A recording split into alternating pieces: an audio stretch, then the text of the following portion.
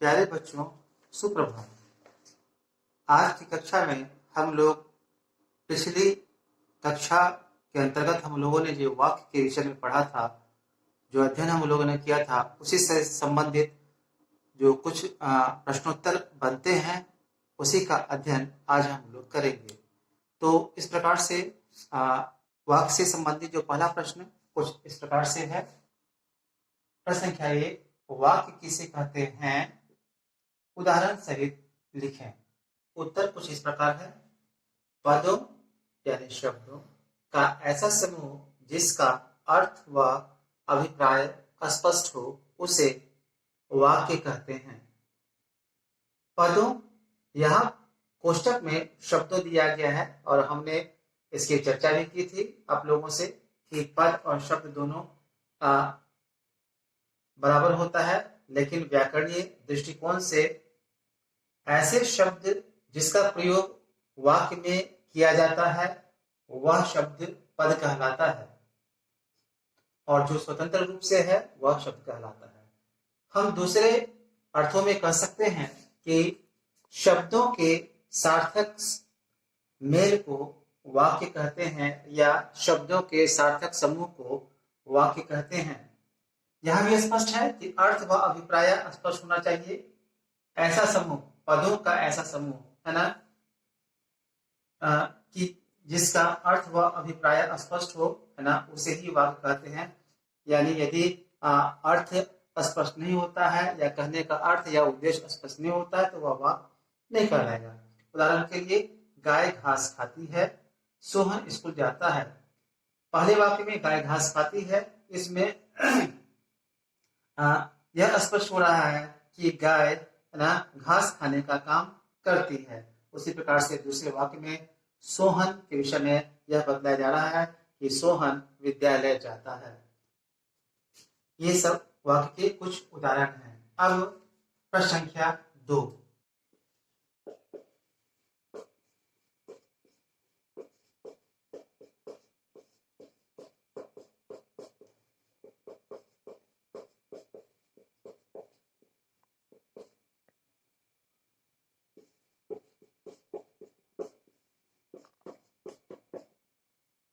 प्रश्न है, वाक्य के कितने अंग होते हैं, वर्णन करें।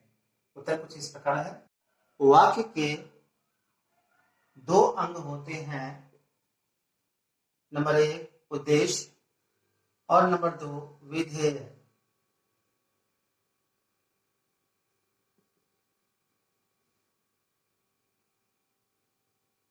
नंबर 1 उद्देश्य, वाक्य में जिसके विषय में कुछ कहा जाए उसे उद्देश्य कहते हैं। जैसे मोहन पटना जाता है, घोड़ा सड़क पर दौड़ता है। उद्देश्य के विषय में यह कहा जाता है कि प्रत्येक वाक्य में हम जानते हैं कि एक कर्ता और एक क्रिया निश्चित रूप से होता है। जो काम करता है उसके विषय में कुछ न कुछ अवश्य ही कहा जाता है। तो उन्हीं आधारों पर, है ना, यह कहा गया कि जिसके विषय में कुछ कहा जाए, कोई भी वाक्य हम ले लें और उसमें यदि यह प्रश्न करें उस वाक्य से संबंधित कि किसके विषय में कुछ कहा जा रहा है, तो हमें जवाब अवश्य मिल जाता है। उदाहरण के तौर पर, मोहन पटना जाता है। अब इस वाक्य में यदि प्रश्न किया जाए कि किसके विषय में कहा जाता है या किसके विषय में कहा जा रहा है, तो हमें उत्तर मिलता है मोहन के विषय में कहा जा रहा है, क्योंकि पटना जाने का काम मोहन ही कर रहा है, तो इसलिए मोहन उद्देश्य है। उसी प्रकार से घोड़ा सड़क पर दौड़ता है।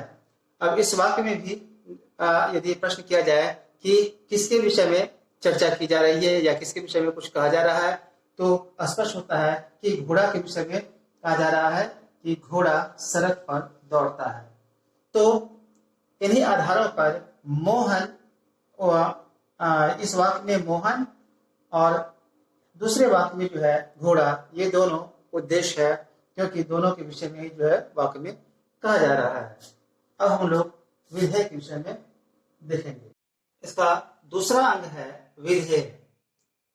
उद्देश्य के विषय में जो कुछ कहा जाए उसे विधेय कहते हैं। जैसे गाय घास खाती है, माता जी घर आए इत्यादि। विधेय के विषय में यह कहा जाता है कि उद्देश्य, जिसे हम लोग मुख्य रूप से कर्ता कहते हैं, तो उद्देश्य के विषय में जो कुछ कहा जाए वह भाव जो है वह विधेय कहलाता है। उदाहरण के लिए प्रथम वाक्य में गाय घास खाती है, इस वाक्य में हम जानते हैं कि उद्देश्य के रूप में गाय है, क्योंकि हम लोगों ने उद्देश्य के विषय में पढ़ा था, तो उस आधार पर गाय उद्देश्य है। अब इस गाय के विषय में क्या कहा जा रहा है, तो घास खाती है, तो ये जो हिस्सा है घास खाती है, ये है ना विधेय हो जाएगा। उसी प्रकार से दूसरे ये जो उदाहरण है उसमें माता जी घर आई, हम जानते हैं कि इसमें भी जो उद्देश्य है वह है माता जी, और माता जी के विषय में क्या कहा जा रहा है, तो माता जी के विषय में कहा जा रहा है कि माता जी घर आई। तो माता जी के विषय में जो कहा जा रहा है कि घर आई, यही हिस्सा जो है वह विधेय कहलाता है। इसी प्रकार से अन्य उदाहरण में भी हम लोग यही चीज देखेंगे। अब हम लोग अगला प्रश्न देखेंगे, प्रश्न संख्या 3। प्रश्न संख्या 3,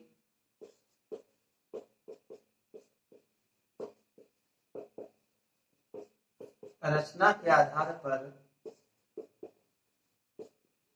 वाक्य के कितने भेद होते हैं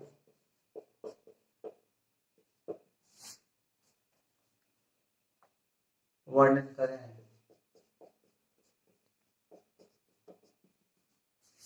इसके उत्तर है रचना के आधार पर वाक्य के 3 भेद होते हैं। नंबर 1 सरल वाक्य, नंबर 2 संयुक्त वाक्य, और नंबर 3 मिश्रित वाक्य। अब हम लोग बारी बारी से तीनों का वर्णन करेंगे। पहला भेद है सरल वाक्य। ऐसे वाक्य जिसमें एक विधेय हो उसे सरल वाक्य कहते हैं। जहां तक विधेय की बात है, हमने पहले भी चर्चा किया है कि उद्देश्य के विषय में जो कुछ कहा जाए वह विधेय कहलाता है। उदाहरण के लिए मीना नाच रही है, इसमें उद्देश्य मीना है और इसके विषय में कहा जा रहा है कि नाच रही है, तो ये जो नाच रही है ये केवल एक ही विधेय है। उसी प्रकार से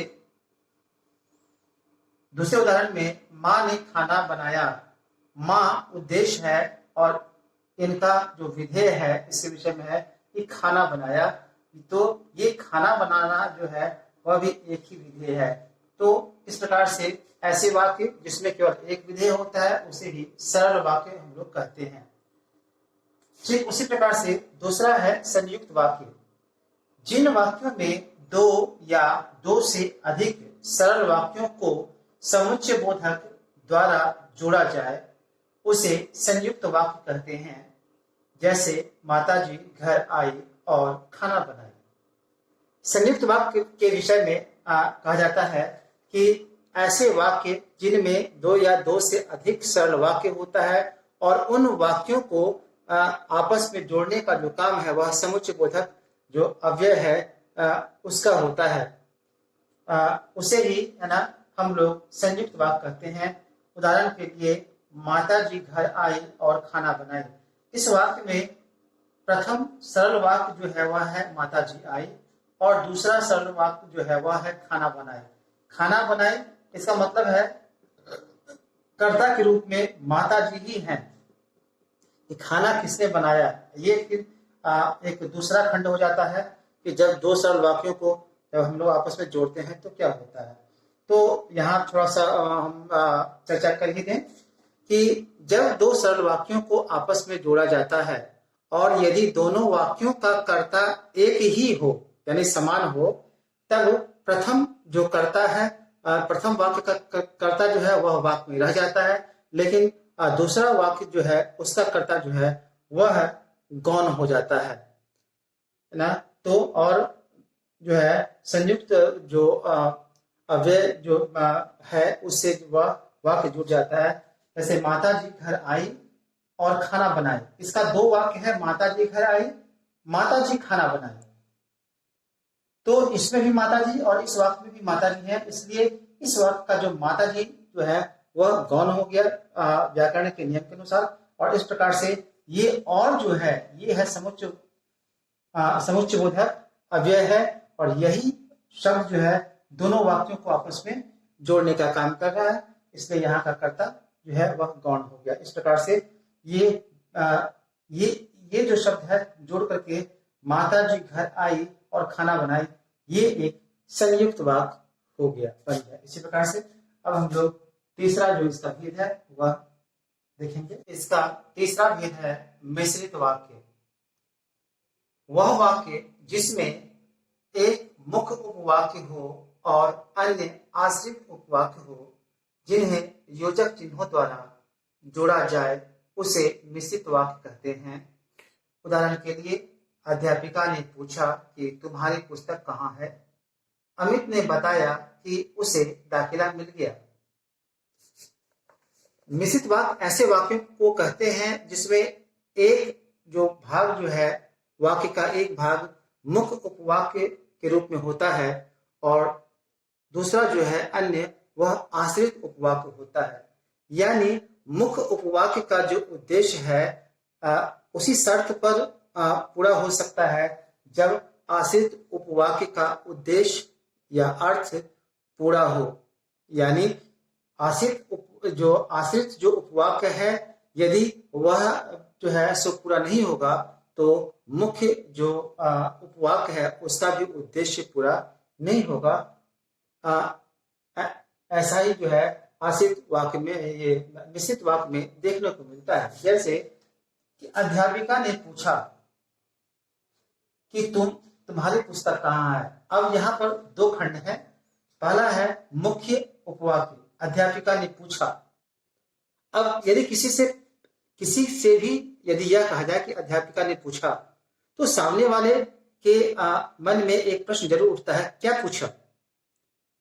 क्या पूछा यानी कि एक प्रश्न खड़ा हो गया, और जब तक प्रश्न का जवाब नहीं मिलेगा तब तक जो है अध्यापिका ने पूछा इस उपवाक्य का अर्थ जो है उद्देश्य पूरा नहीं होता है, यानी यह एक उपवाक्य के रूप में ही रह जाएगा।